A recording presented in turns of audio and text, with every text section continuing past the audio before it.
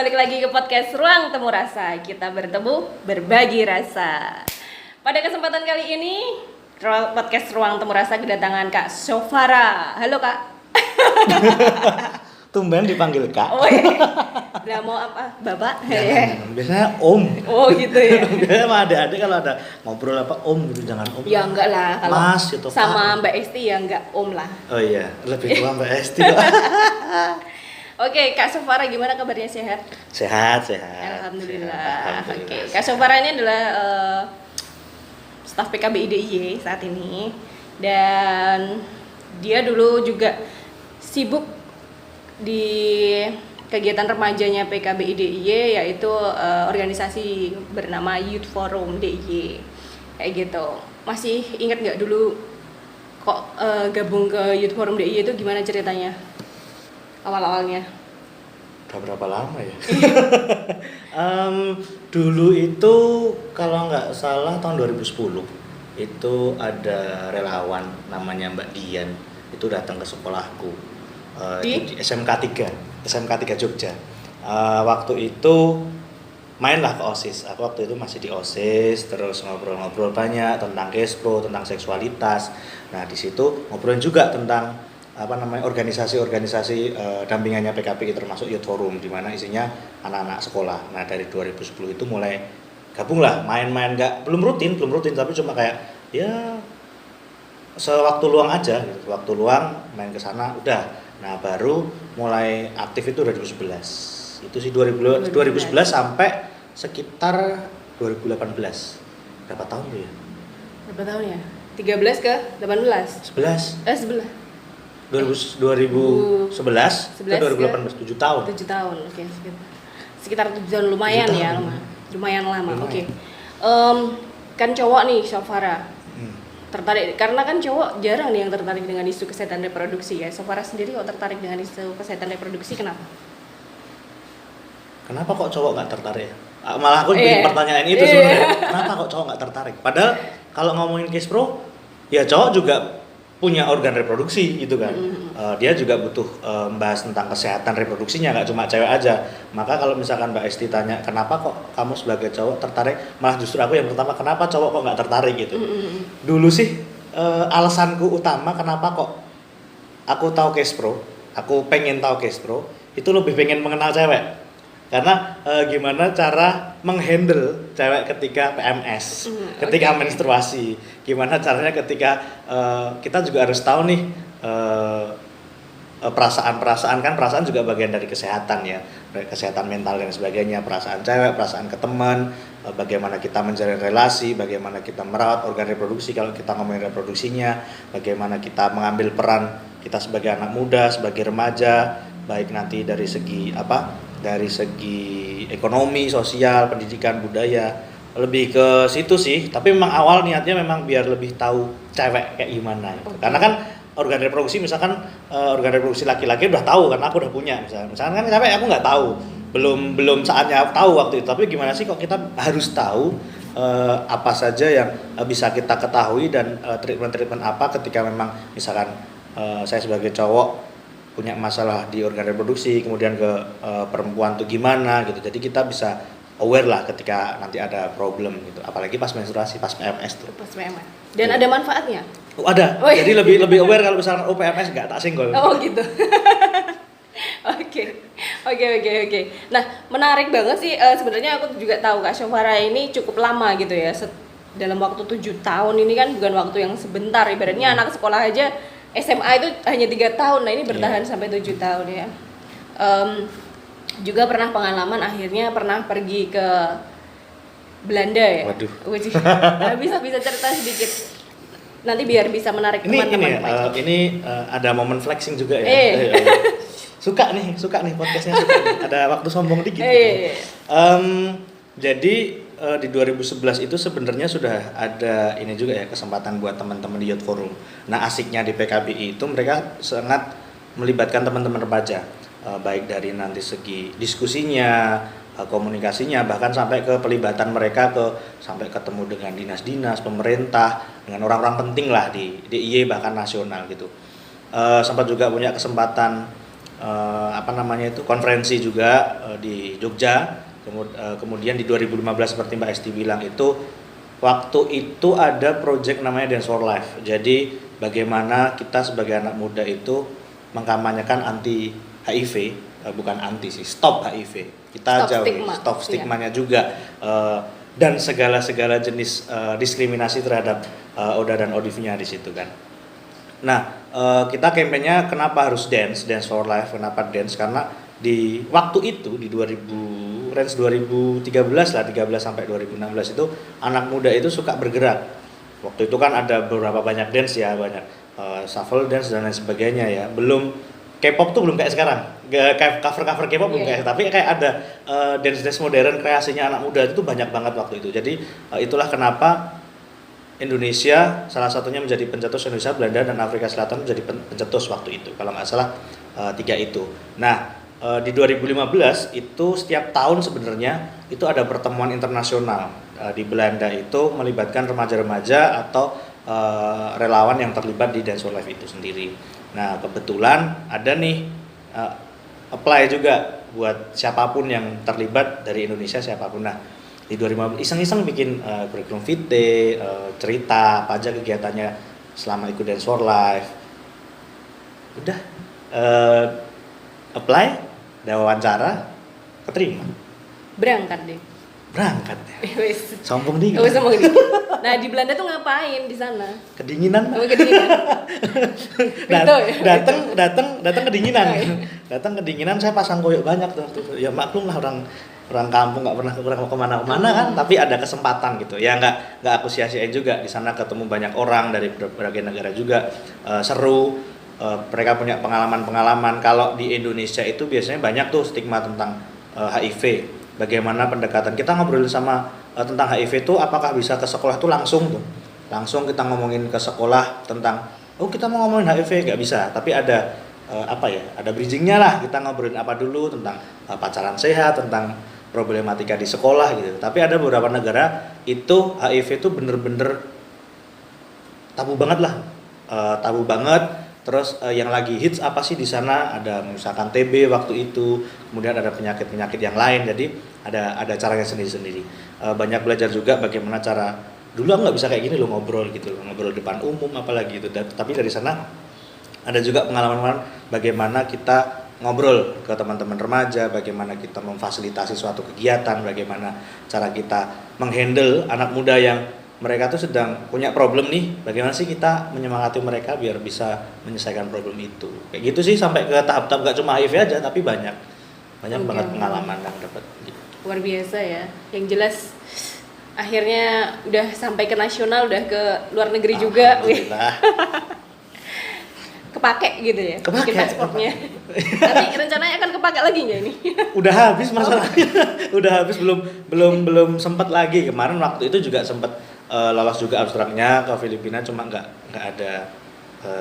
ada beasiswa yang masuk. Jadi memang udah presentasinya udah keterima, tapi memang belum ada support. Ya tetap harus ada support yang lain. Iya dong, harus ada support yuk gitu. Anak muda di Jogja tuh banyak loh.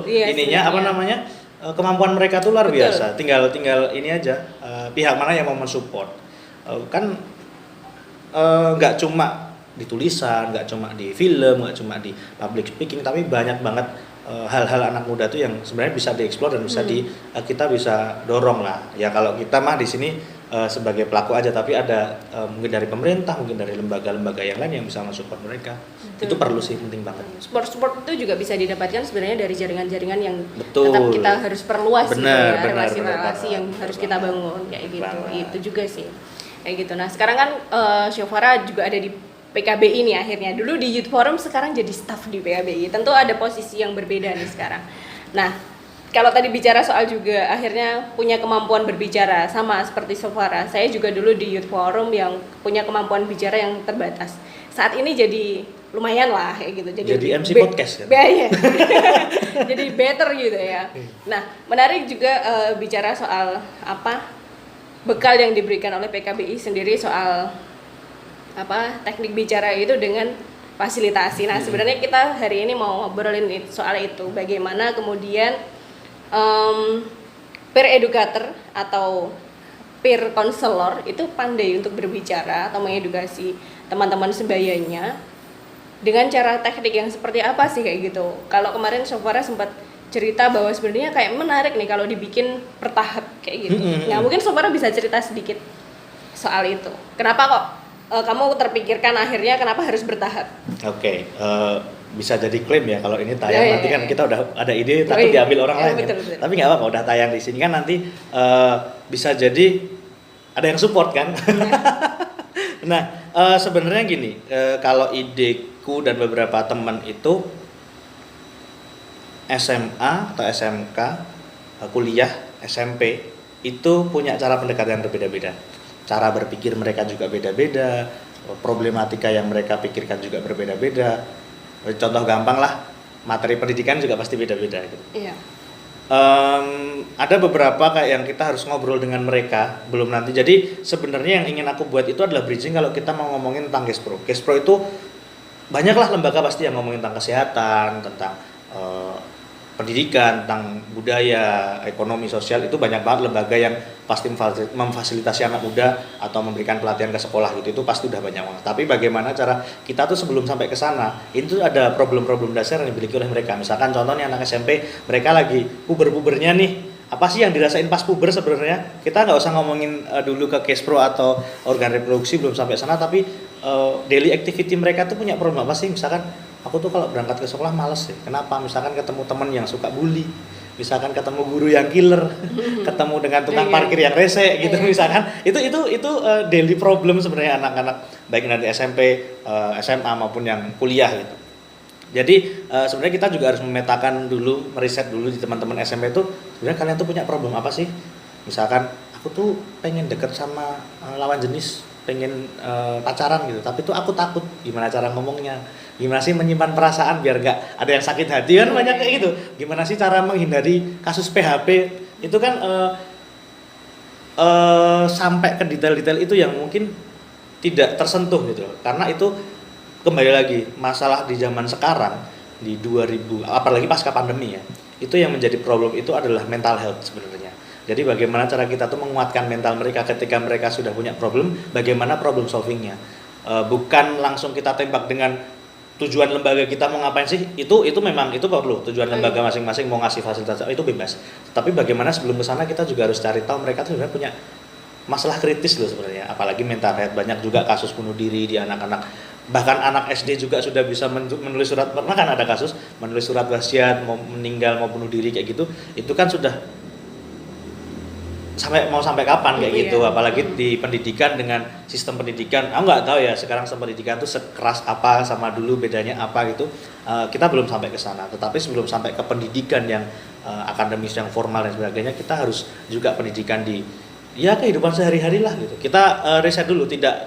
mematok bahwa nanti kita memfasilitasi di kegiatan ini itu temanya ini, enggak, tapi kita benar based on riset dulu. Itu sih. Benar. Karena memang juga sebenarnya kalau bicara soal teknik fasilitasi, edukasi kayak gitu tuh juga bisa sangat luas gitu ya, atau memang sangat fleksibel menyesuaikan zamannya, menyesuaikan generasinya kayak gitu. Karena mungkin generasi saya, generasinya Sofara, adik-adik kita tuh udah beda, apalagi nanti beda. Generasi anak-anak nih udah kita ngomongin film apa juga nggak relate, kita ngomongin gadget apa juga nggak relate. Akhirnya nggak relate kayak gitu. Karena mungkin di kesibukanku sekarang ini aja, aku ketemu dengan adik SMA gitu udah, aduh ada bahasa-bahasa yang, aduh apa sih mereka yang obrolin kayak gitu loh, udah kayak gitu loh.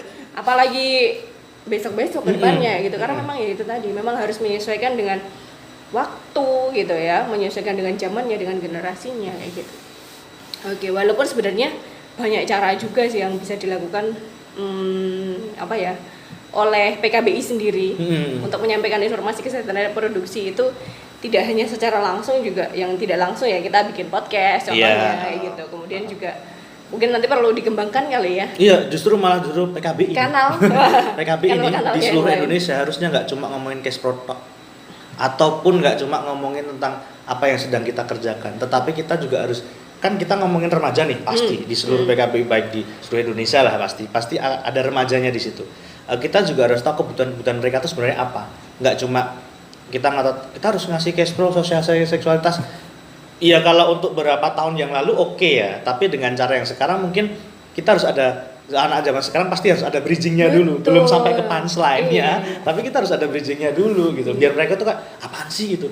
Apalagi ya tadi balik lagi, pandemi itu merubah segalanya ya, bener yang tadinya seperti tadi yang aku sampaikan di 2011-an gitu sampai ke sini itu kan aktif banget nih anak-anak muda, sering ada kegiatan, mereka ada di jadi relawan, jadi kegiatan tuh senang banget. Sekarang tuh kayak ya kita di rumah aja lah, kita by phone aja lah atau by Zoom meeting, Zoom meeting dan lain sebagainya. Itu jadi PR bareng-bareng loh ya, bahwa aduh orang udah ada di comfort zone-nya di situ. Terkadang dari situ malah jadi zona nyamannya juga teman-teman lembaga. Oh, kita pelatihannya Zoom aja loh gitu.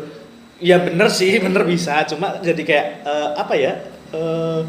Pendekatannya jadi nggak seru sih menurutku gitu loh. Tidak ada kegiatan tatap muka yang kemudian akhirnya bisa mengena kayak gitu. Iya juga sih, mungkin ada perubahan organisasi, dinamika organisasi yang sekarang kayaknya susah banget nih cari regenerasi kayak gitu. Iya. Mungkin karena memang regenerasinya ada, orang-orangnya tuh ada, tapi untuk kemudian membuat mereka daya tariknya untuk akhirnya gabung ke organisasi-organisasi, nggak hanya di PKBI atau Youth Forum juga, atau organisasi yang lain tuh juga sebenarnya punya problem yang sama loh. Bener. Nggak hanya di sini gitu, tapi juga punya problem. Bener, jadi memang bener-bener pinter-pinter lembaga juga ngomongin tadi memfasilitasi juga ya, selain kita sebagai fasilitator nanti penyedia manfaat, kita namanya penyedia manfaat ya. Iya kan, kita harus bermanfaat dong, harus penyedia manfaat itu juga harus tahu kebutuhan mereka itu sebenarnya apa sih, bukan terus kita sudah menyediakan anggaran segini, kegiatannya segini, ngomongin satu tahun harus segini, enggak juga, itu nanti sebenarnya dinamis, belum lagi kita belajar dari pandemi juga sebenarnya, ketika nanti di tengah-tengah ada pandemi lagi itu kita harus ngapain sih, reach ke mereka tuh gimana sih, bagaimana menguatkan anak muda. Dulu di 2010 apa ya, 2010 waktu erosi Merapi itu kan bener banyak banget teman-teman SMK itu yang bahkan mereka mengajukan diri. Aku dulu waktu itu ikut juga nyoba mengajukan diri ke teman-teman tim PKBI waktu itu di trauma healing waktu di Stadion Maguwarjo. Itu banyak banget anak-anak muda yang ya galau pastilah ya, mereka sudah nggak bisa main, rumahnya ketutup abu vulkanik. Sesemangat itu waktu dulu, bahkan kita tuh juga lagi susah sebenarnya, tapi bagaimana kita tuh bisa main, yuk kita ngobrol banyak hal gitu. Tapi kayak sekarang menurutku, aku nggak tahu ya, mungkin aku masih percaya di luar sana masih banyak teman-teman remaja yang sangat semangat untuk mengadakan kegiatan. Cuma tinggal bagaimana kita teman-teman lembaga pemerintah dan non pemerintah tuh bisa bareng-bareng nge-reach mereka lagi yang belum kita ajak lagi. Jadi bertahap itu lebih banyak, bukan malah gara-gara pandemi sedikit ya udah adanya itu enggak gitu, tapi bagaimana tetap balik lagi lah, kita harus semangat itu tuh harus tetap sama gitu. Iya sih, benar-benar banget. Ini jadi PR bareng-bareng ya. Jadi capaiannya tahun depan adalah Waduh, project banget berat nih. Oke. Nah, Sofara, terakhir kalau kita bicara soal teman-teman remaja kayak gitu yang ada di yang tentunya fokus, kalau di PKBI kan fokus di isu kesehatan reproduksi sendiri ya kayak gitu.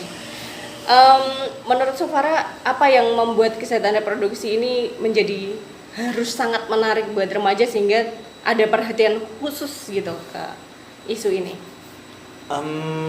Semenarik apa sebenarnya itu balik lagi ke penilaian remajanya dan bagaimana kita sebagai fasilitator, entah itu PKBI atau lembaga-lembaga lain, bagaimana membuat itu menarik sebenarnya. Kebutuhan itu sangat butuh, perlu itu sangat perlu kalau kita ngomongin. Bahkan kesehatan itu kan bagian dari tubuh ya, maksudnya kesehatan reproduksi itu bagian dari tubuh ya. Nanti bagaimana laki-laki ketika sudah puber itu harus ngapain, ketika anak perempuan itu kalau sudah puber, menstruasi itu harus ngapain, treatmentnya harus gimana, jangan panik atau kayak gimana. Itu ada bagian-bagian yang yaitu tuh dari kita lahir sampai nanti meninggal itu bagian reproduksinya tuh banyak banget, gak cuma ngomongin organ reproduksi ya, ngomongin juga soal berencana berkeluarga, memilih menikah dan tidak menikah, gitu-gitu, memilih punya anak dan tidak punya anak dan sebagainya. Itu kembali ke masing-masing sebenarnya. Kayak memilih punya pacar dan tidak punya pacar gitu, memilih jomblo seterusnya sampai nanti akhirnya menemukan yang pas untuk menikah, ya bebas. Iya, betul. Gak cuma, balik lagi bener kata Mbak Esti, gak cuma ngomongin organ reproduksi aja, bahkan ngomongin pacaran, pasangan, menjalin relasi, hubungan asmara, itu juga bagian dari reproduksi. Gak cuma produksi aja, tapi juga tahapan-tahapannya kan sampai ke sana. Betul. Begitu. Nah, terakhir pesan buat teman-teman yang nonton podcast Ruang Temu Rasa, apa nih Kak Sofara? Buat tertarik mungkin gabung di Youth Forum sendiri atau gabung di PKBI jadi relawan? Gini, bukan pesen sih sebenarnya, tantangan. Tantanganku sebenarnya buat teman-teman remaja itu, kalian sudah sampai mana sih? Kalian sudah bisa ngapain aja? Kalau kalian sudah mentok di situ, bisa nggak gabung dengan teman-teman PKBI, teman-teman Youth Forum, relawan di PKBI DIY, Bantul, Sleman, Kulon Progo, semua cabang ada. Dimanapun kalian berada, kalian bisa datang ke situ. Apa sih yang kalian banyak banget? Tadinya saya tuh nggak bisa ngobrol kayak gini loh. Bisa jadi ngobrol kayak gini. Public speaking kalian kepake, jaringan kalian kepake, kenal dengan pemerintahan gitu. Kenal dengan lembaga-lembaga lain, jaringan-jaringan lain. Bisa jadi ketika kalian sudah step up, kalian bisa kemana-mana lah, bisa ke nasional, internasional, bahkan kayak tadi yang sudah saya sombongkan. Jadi kita tidak bisa menargetkan. Kayak misalkan teman-teman pengen gabung, aku pengen gabung, akhirnya tertarik nih setelah nonton podcast ini dengan saya, nanti tertarik. Jangan menargetkan aku di PKB harus gini, enggak. Tapi biarkan pengalamanmu tuh menuntunmu mau kemana, mau ngapain. Step up-nya itu jangan ditentuin, tapi biarkan mengalir, tapi kalian harus tetap ngejar. Aku harus bisa belajar ngomong, misalkan belajar ngomong, misalkan aku harus bisa membuat program, harus bisa edukasi sama teman-teman, kayak gitu. Sebenarnya bagaimana teman-teman tertarik adalah kembali ke kalian tuh mau sampai mana. Apakah cuma stop sampai pendidikan formal aja atau bisa di luar formal. Gak cuma di PKB, di semua lembaga, semua komunitas kalian boleh. Gitu Oke, terima kasih Kak Somara. Sampai jumpa Okay. di lain kesempatan ya. Nanti gabung lagi ke podcast Ruang Temu Siap. Rasa. Saya sangat suka. Berapa puluh episode saya siap. Lumayan nih seru Oke. kesini. Oke, terima kasih juga kepada teman-teman yang sudah menyaksikan podcast Ruang Temu Rasa kali ini. Jangan lupa subscribe dan berikan komentar. Teman-teman bisa kasih masukan, kritik, saran, atau pengen di podcast ini menghadirkan narasumber apa atau bahas tema apa. Oke, terima kasih. Ada kurang lebihnya dari saya mohon maaf. Sampai jumpa di podcast Ruang Temu Rasa berikutnya. Bye.